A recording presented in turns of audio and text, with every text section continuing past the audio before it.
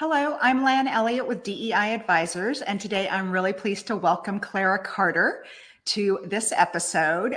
Clara is an award-winning meeting and event professional with over 20 years of experience. In 2004, Clara founded the Multicultural Convention Services Network, or MCCSN, which has a really incredible story, which I'm really excited for her to share. And Clara has also launched the Women in Tourism and Hospitality Conference, which we'll also hear more about, really exciting conference that she's been doing. So welcome, Clara. Thank you so much, Lane, for this time with you today and this opportunity to share. Thank you. So Clara, can we start with you sharing with us how you first became interested in the events business? Sure. I believe it kind of started back when I started planning all of my class reunions, right?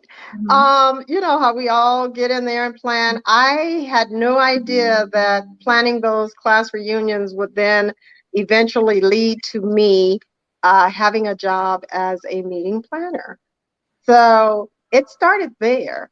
Okay. And then how did it morph? From my corporate job, I was just tired of the corporate life after 22 years. And I had it up to here, as many of us can attest to. We kind of get a little bit tired of that. But then I realized I had a network outside of my corporate job. And one day I just was sharing with them how I was really trying to figure out what my next act was going to be. And I really didn't know where, how, what that was. So this guy who happened to work for the Convention and Visitors Bureau, he says, you know what? He says, I think you would be great as a meeting planner, right? So I'm sitting there like, meeting planner? What the heck is a meeting planner, right? And so I had no idea, okay? Because again, I was a mapping technician, you know. That's very different. And so after that, then tells me, he says, okay. I said, well, what do I do? And then he started telling me the things. I said, oh, that sounds like fun, you know? And I said, you actually mean people get paid for that? So he said, yeah, Clara, people get paid for that. So I looked into it, dove a little deeper, and found out they had these classes at SDSU, San Diego State University. And I went on and took the extended studies while I was still working, found out I had all of what they were asking, saying that a meeting planner had to have, and all the skills. So as I tell people all the time, we have the skills, they're transferable skills. So whatever you're currently doing on your existing job, just think about what you want to do on the next job, and those skills go with you. So that's pretty much how I did it. And I went in and took those classes. And before you know it, I was ready. I was charged up. I was like, yes, let's do this, Clara. And but I didn't quit my corporate job, right? So I just started creating events and things of that nature. And the next thing I know, there I was and was ready to take the next step. So that's pretty much how I got started into meeting planning, event planning. And is that when you started MCCSN, or was that later? Ooh, much later, much later. I was this serial entrepreneur, right? As many of us are, because you don't really know what you want to do when you first, start. Yeah. And so I was doing a little bit of everything before my good friend pulled me in to say, hey, why don't you take some classes at SDSU? And so I was doing a multitude of things. And one of the things that I really enjoyed was I had this gifts and art business. And I would do that moonlighting, right? And I was doing so extremely well. I took a model from Princess House. Remember back in the Princess House days? And I took their model and I started doing those home shows. And then it just kind of led to one thing after the other. And then I had to put that plan together one day to just make that plunge, make that leap of faith, as I call it. So can you share a little bit about why you started MCCSN and why there was a need for it? Most definitely. I started MCCSN after going to several conferences. That was this fast forward of my corporate life. I started going to many conferences that were industry related, per my good mentor that was at the CBB. And that's when I really realized that, wow, other destinations they have a multicultural segment to their city.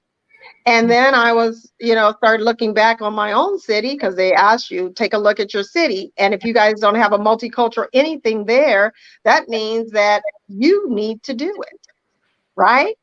And I was like, they're like, this is $100 billion industry. I'll never forget those numbers. Right. And it was like, this is $100 billion industry. And I'm not understanding why these destinations are not focusing on this target market. So I came back and I was questioning myself and the city. And I said, I wonder why they're not focusing on this either. And so I said to myself, well, I'm going to do it, because in that class that I took, that session at the conference, he challenged all of us. He later became one of my mentors. That's another story. But he challenged all of us and said, if you do not have a multicultural anything there, then shame on you, is what he said. Shame on you. So I was like, ooh, shame on me. Well, I'm going to do it. So I remember, Lane, during break time during that conference, I went over to him, this guy, and I'm going to call his name out because many people know him in the industry. Big advocate in tourism, Roy J. And do you know him? I don't. Okay, Roy J. He's out of Portland, Oregon. And so I recall him. I went and I approached him. I didn't know any of these people. And I approached him. I said, look, I heard what you said loud and clear in that breakout room. And I really am interested in going back to my respective city. And I just want to know, can I call on you? Would you help me? Mm-hmm. That's the beginning. That's the beginning of a mentorship. You got to ask the question. And he said, of course I will. I was just blown away, right? Because I was like, oh my God, this guy is an icon in the industry. And he says he's going to help me. And he did. So that was the beginning of it all. And that's how I came back and saw a need that was not being fulfilled. And I decided, you know what? No one else is doing it, but guess what? I'm getting ready to do it. And I did. You did. And you were so successful that the mayor of San Diego created not only an MCCSN day in 2007, there's also been 3 Clara Carter days in San Diego since then. But what I really love about your business is that it grows the pie of business into San Diego. So what you were doing is you were reaching out and bringing groups that were not coming to San Diego at the time, Black groups, Hispanic groups, other sorts of groups that just were going to other cities but weren't coming to San Diego. And I'm just curious, how were you able to reach these groups and to do it, whereas there were others who arguably had a bigger budget than you had at the time that weren't able to do it? How did you manage to do that? Okay, great question, Lane. And again, I went back to my mentor from the beginning. And I said, look, this is what I would like to do, because I had at this time been invited to many FAM tours, familiarization tours for those that are not in the industry. And those are tours that they invite meeting planners into their destination, do a dog and pony show for 3 days, and show you the best that that city has to offer, right? So I had gone on like maybe 3 of these. And I'm sitting there like, every time I went on something, my mind would just go crazy with ideas, right? And I'm sitting there like, oh my God, this is what they're doing in New Orleans. This is what they're doing in Philadelphia. Oh my goodness. So before I knew it, I got all these thoughts in my mind, and I said, we don't have anything like that in San Diego. So I came back and I created a multicultural familiarization day for San Diego, the first that they had ever had. And the first one I did all by myself, right? With the help, of course, of my dear new mentor, and I asked him, I said, this is what I want to do. I took, the challenge, and I want to invite all of these planners, but I don't know them, Yeah. right? Because I'm new. I don't know these people. I said, but I want to invite the best of the best of the best. And what I want to do is I want to have Hispanics, I want to have Asians, and I want to have African Americans. I want to target those 3 demographics of group. I said, but I need you to help me identify who these people are, these top meeting planners, right? In these ethnic groups. He started naming off the people to me, right? Still didn't mean anything to me. But I said, okay, can you help me? Can you introduce me? And I said I could take it from there. So he introduced me, and the rest is pretty much history. Everybody that he introduced me to, they said yes. And then my good friend from the CVB helped me to put together my cheat sheet, if you will, to qualify everyone, and then from there, I created this amazing program.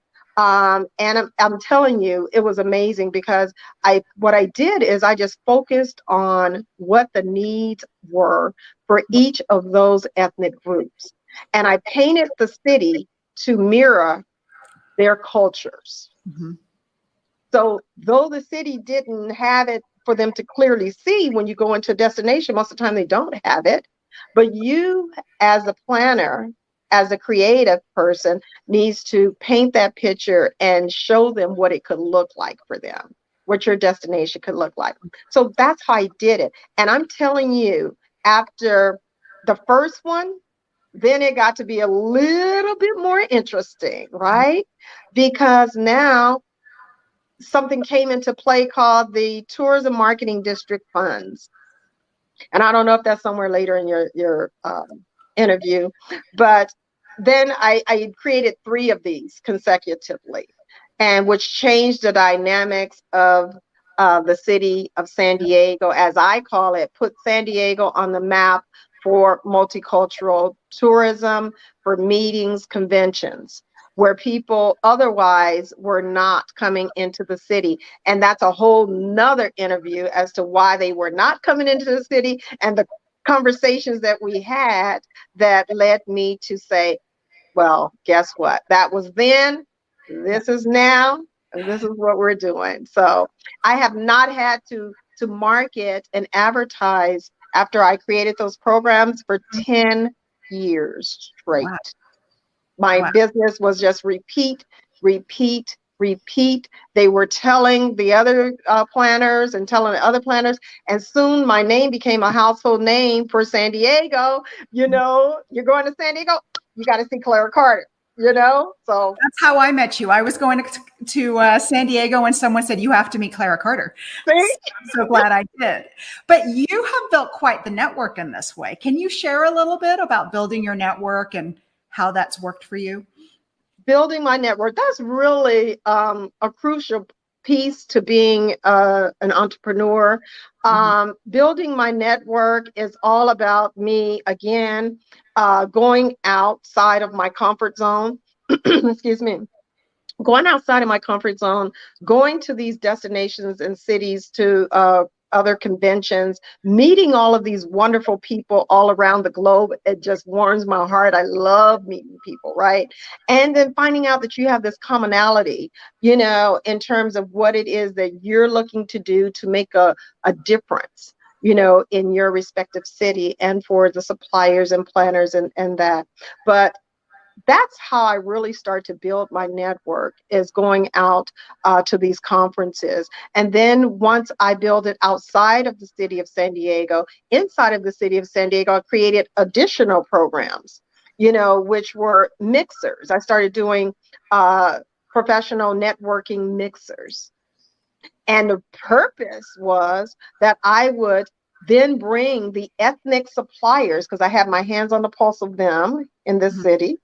And then I would bring the hoteliers and the other hospitality professionals together, so that they now can't say they don't know who these people are. Right. And that the reason why they're not doing business with them locally is because they don't know where to find them. They don't know that they exist. Well, guess what?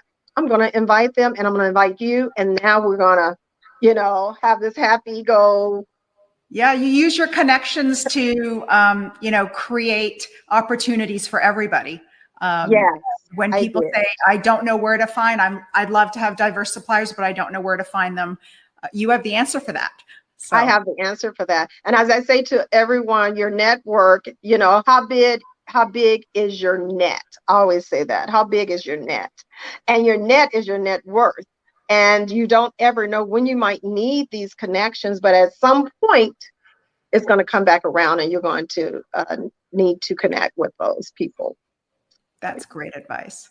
Now, you had a great corporate job, and then you took the plunge to start MCCSN, and you left the corporate world, and that was a big risk to go out on your own. Can you talk a little bit about what were the thoughts and just generally about taking risks? I can talk about that, and thank you for taking me back, because so often people are stuck in these jobs and they're thinking, I have to stay here because as we are the baby boomers, we were taught to go get that good corporate job, right? And and we did, but all the time the corporate job is not the wherewithal, and that does not mean that that's where you have to stay. Okay. And so with that, yes, it's scary, because people ask me often, well, dang, Claire, you wasn't scared? You had this good corporate job and you were doing all these things, you were buying this, you had your home, you had this. And I'm like, yeah, it was scary. I said, but guess what? I said, it's a risk. And staying here at this corporate job is a risk. Okay. Because at any given moment, they can say, hey, Clara Carter, today's your last day. We no longer need your services, right? It happens all the time. So I decided, you know what, Clara, you can't have fear, as you move forward in life. You've given these people 22 years of your life. You're still young because you started as a baby here, okay, at this company straight out of high school, right? 19 years old. What did I know? Okay, in a corporation. And so I said, I've given them 22. I have my husband, my children, and now it's time for me to turn that page and start my next act, as I call it. This is my next act. And so I decided, hey, I had a plan though. As I tell people, don't just get a thought in your mind and say, tomorrow I quit. No, you can't do that. You got to have a plan in place. And so with that, the risks that were there was, okay, how am I going to pay my mortgage? Right. How am I going to supply the needs of my two children who are now, junior high school and high school, right? How am I going to help that and contribute? And so all I knew was I had to have a lot of faith. I had to have a lot of perseverance and determination, to make it happen. And at that point, I was like, there's no turning back. Once you give your notice, and I will pay all your bills up. I did that, made sure I was debt free. And so it took me 8 years. Wow. And people don't know that. When the thought came in my mind that I wanted to leave, it took me 8 years to really launch and leave. And I had no regrets and never turned back. And it's been 23 years, 22 years now, because I left in 2000. So yeah, it's been a journey. And those are some of the risks. Is all about, just knowing that that you can do it, and making sure that you have the right team and support around you. And I had an amazing husband that was very supportive and still is supportive, and my family, so I had no regrets. And I knew I was a workaholic, and I knew I had all what it takes to just, make things happen. So And energy. I was good. I could bottle your energy. We could run, the power of San Diego with just your energy. Yes, got a lot of energy, and thank God for that. So you've been running your company for 22 years, we said. Can you share a story about when you ran into a difficult situation and how you handled it? Because it sounds like everything is wonderful, but of course everyone encounters bumps in the road. And I'm curious how Clara handles those bumps in the road. Okay. And I have a few of those. I'm gonna try to pick out one that's really a really top one. I'm gonna pick out one that was a really big challenge for me. It was the biggest challenge, I would say, to date in my career as being a meeting planner. And that's when I decided that I was going to compete for tourism dollars to run my program, the multicultural FAM tour, right? Because as I mentioned earlier, I started that the first year I did it on my own with my own monies, funds, all of that stuff. And then the city just wrapped their arms around me and pitched in. Second year, I then learned about this TMD money, which is a tourism marketing district. And that money is for putting heads in beds. Okay, if you can put a program together and show that you can have a ROI on the return with putting heads in beds by having these visitors come into your destination, then they were willing to take a risk on you to give you marketing money, right? But you had to do this dog and pony show and prove to them that you could. Well, here I am, new kid on the block again in this arena.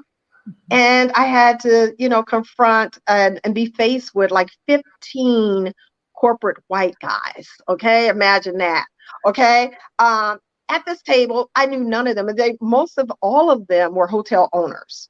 They made up this TMD, and so you had to, state your case, put this thing. So I had to do that. I had to stand up before them. I had to make sure I dotted all my I's, crossed all my T's, and stand up and convince them that the program that I had created here was actually going to generate millions and millions of dollars for the city of San Diego. They were looking at me because I didn't have a team. I didn't have a staff or anything like that. And they're looking at this little Black woman here telling them that this is what she's going to do. And they're like, I don't even know her. Where did she come from? And she, so that I heard all this chitter chatter talk. And I said, you know what? Let me tell you something. You don't have to know me. I don't know you either. Okay. I said, so, hey, we're even. But what you do need to know is that I'm no different than the next person that is going to come here and state their case to you. And you don't know if they're going to be able to put those heads in beds either, but you're going to take a chance on somebody. I said, so I'm asking you to do the same thing for me. Take a chance on me, right? Fast forwarding, did they take a chance on me? Yes, they did. Okay, but it didn't go down easy. It was a fight all the way to the finish line.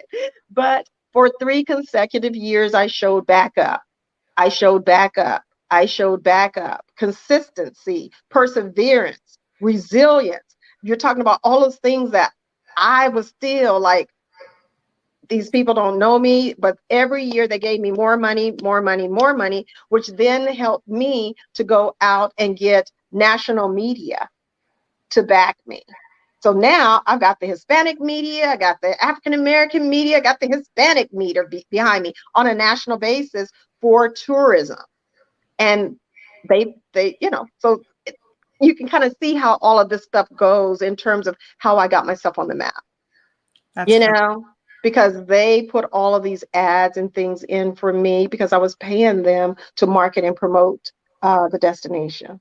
And then again, in a matter of 3 years, it was over $5 million that I was able to bring into the city of San Diego, with these conferences. So that's astounding. Business that was just going somewhere else before, and you put San Diego on the map for those groups. So I love how you grew the pie in that way. And you had to overcome some real difficulties in order to get there. Ooh-wee. It was a whole bunch of stuff in between all that. And you had mentioned one of your mentors earlier. Can you share a little bit about mentors and maybe people you've mentored and how you pick who you mentor and what you want them to know? Okay, could you repeat that? A call is coming in. I'm sorry. So just talking about mentors and mentoring, you had mentioned one of your mentors earlier.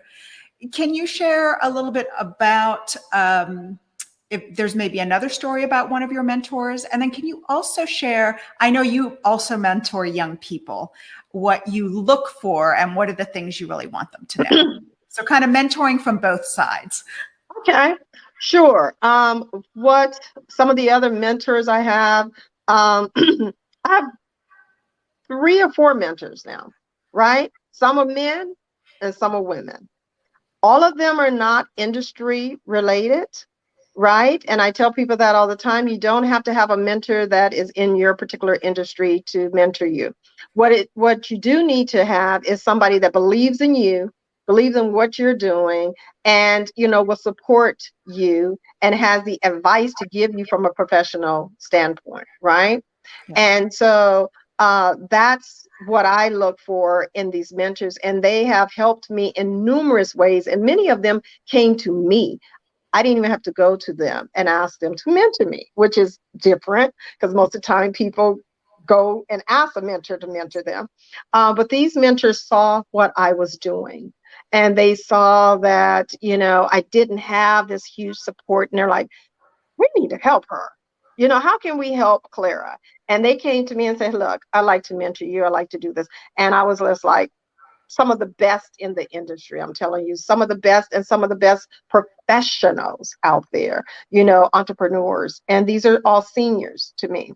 And so anyway, so those are some of the mentors, and what they have done for me is just, I can't even put a price tag on it, right? Because they have helped me to get through some really difficult times.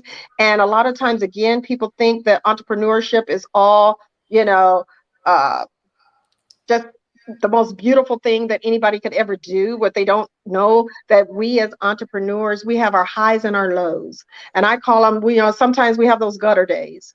And then when you have those gutter days and you're really, really, really, really low, you're down there and you're like, oh my God, this day is like sucks. How do I pick myself up? Mm-hmm. I make that phone call. Like, oh, today is that day. I need you to tell me something good. And they generally always do. And then they're like, what is it, Clara? What are you struggling with? Da, da, da, da. And I tell them, and they're like, okay. Dust yourself off, get back up, and go for it. You have what it takes. So so those are things that mentors are great at, is, helping you when you are not feeling at your 100, and also helping you when you are feeling at your 100 to help you celebrate those little achievements, right?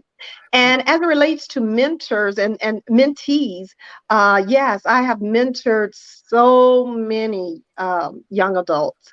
And as I mentioned to you once in a conversation, many people don't know that I started my business by mentoring international students.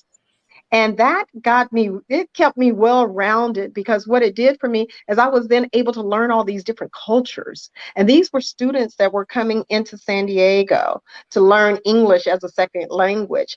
And they had to put in some time to, other business professionals. So I signed up for that. And I'm telling you, it was the best decision that I had ever made. And they have gone on to be just phenomenal industry leaders now all over the world. So that just gives my heart, just does me real good to know that I helped to contribute to that. So that's wonderful. It's wonderful. I want to switch gears a little bit, make sure that we cover the conference that you started putting on, the Women in Tourism and Hospitality Conference. Can you share a little bit about why you started that conference and what the goals are for it? Sure. I started that conference the conference started 2 years ago. This will be our second annual conference, but the conference actually spins off of our 4-year program of celebrating women in a motivational luncheon. It started there. Me looking at, women that were running the city of San Diego that were not getting their fair share of recognition. And many people didn't even know that the city was being run by women at this point, right? But I knew because my job was always to dig deep and to just know how this city is operating. Who is at the helm of this? Who are the CEOs? I want to know who are those people that are running this tourism city. So I learned that there were these women. And I was like, oh my God, who would have known that? And nobody knew it. So I said, I'm going to do an event for them again, because I'm that girl, right? I'm always creating something, right? So I said, well, next year I'm going to put together an event that is going to honor women that have been leading the way in tourism. And I know that they probably feel the same way as me because women, we do it all, right? We're expected to do it all. And that's probably why a lot of people don't even know who they are because they are women. They are, I call them, they're boss ladies, they're kicking butt. But during the day, they're doing what they do. At night, they're still working. We're working around the clock because now we got to come home. We got to tend to our kids. We got to tend to our families, elders, what have you. And so I did that event, Lane, and I must tell you, I was overwhelmed by the response. And what I did is had a platform for them to share their stories on how they broke through the glass ceiling and share it in a motivational, inspirational type of way to inspire other women that were sitting out there to say, this can happen for you too. All we need is somebody to give us an opportunity, right? And to share information. So I asked them, would they come on to do this? And they said, yes, Clara, we would. And till today is like, it was 4 consecutive years of sellout. Every year we were growing it by 25%, 25%, and it's sold out. So in the 4th year, I said, if this sells out one more year, we're going to turn it into a conference because that means that people want more, right? My board, I formed a board. They said, Clara, you're absolutely right. Whatever you think, we'll do it. Right. So we did the first conference during COVID, no doubt. Wow. And 2020, it was supposed to happen in 2020, but of course, everybody knew what happened there. And then it got pushed out to 2021. We had 3 restarts. So 2021, September last year, we had over 200 attendees that came out during COVID to help celebrate. 200 doesn't sound like a whole lot of people, but it was a whole lot of people during COVID, right? Because people were afraid to come out. Yeah. So again, this year, I'm excited about it because we're expecting 300 people at this year's program. And we have our theme is, I think it's very appropriate, charting our future and leading with resilience. Because I believe that's what we all are doing at this time, is leading with that. And some of the things that I plan to accomplish at this year's conference, some of the goals here is that we just want to continue to motivate, inspire, women. We want to provide information to them on how do we increase the diversity and equity and inclusion of all women at all levels and stages of their career, right?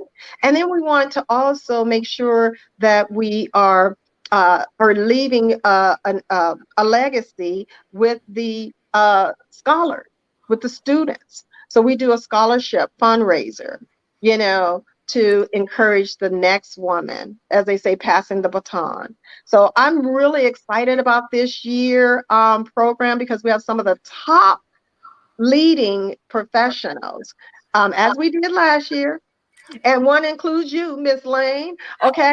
But we have a really, really great program that is going to be inclusive of all of what we need right now in this industry to get us back going and,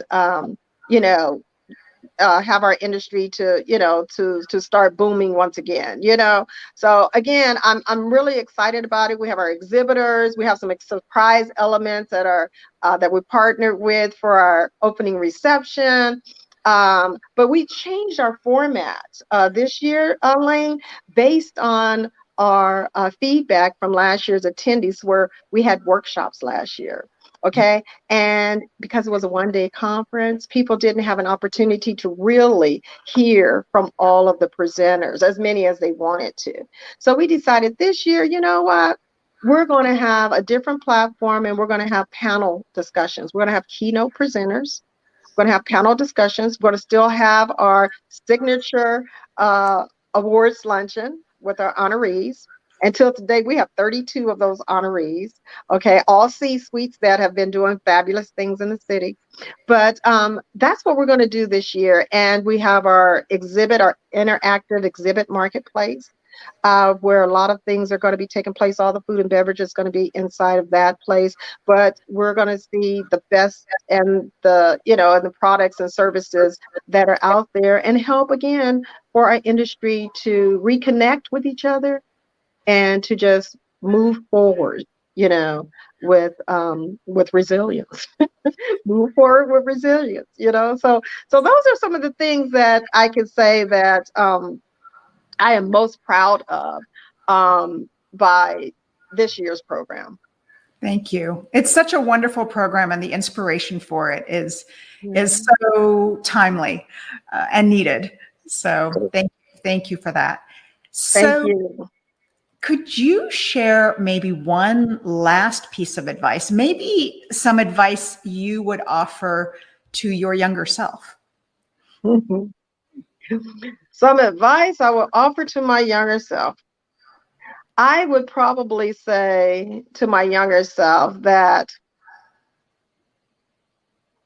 you should always, surround yourself again with the best and the smartest and the brightest, that you don't have to know everything, because what you don't know, the next person knows. I learned that from my interns, right? But what you don't know, someone else knows. And one of the other things that was so hard for me as my younger self is, don't be afraid to ask people for help, right? And we as women have been, I think, as part of our DNA or something, I don't know, but we just feel like I don't have to ask them. I can figure it out. Like you and I on this technology, we'll figure it out. Okay. But that's what we do. But We did it. That's one of the hardest things it was for me, Lane, as an entrepreneur, is to ask people for help, and then when I finally started asking for help, I was like, wow, these people really want to help me. And they really, truly, genuinely want to help. But if you don't tell them, then they don't know that you need help. So that's one of the biggest lessons learned as I started off as an entrepreneur, is to ask for help. That's wonderful. Wonderful advice. Thank you. Yeah. And thank you, Clara, so much for joining me today. I thought the discussion was really great about your very inspiring career and the things that have motivated you to do a lot of really amazing things, and amazing things for the city of San Diego. So I wanted to thank you for sharing your journey and your dedication to lifting women and minorities, and creating a more inclusive hospitality industry for everyone. Thank you so much. Thank you so much. And one other piece of advice that I want to say, because people say this about me all the time, that you got to show up as your authentic self.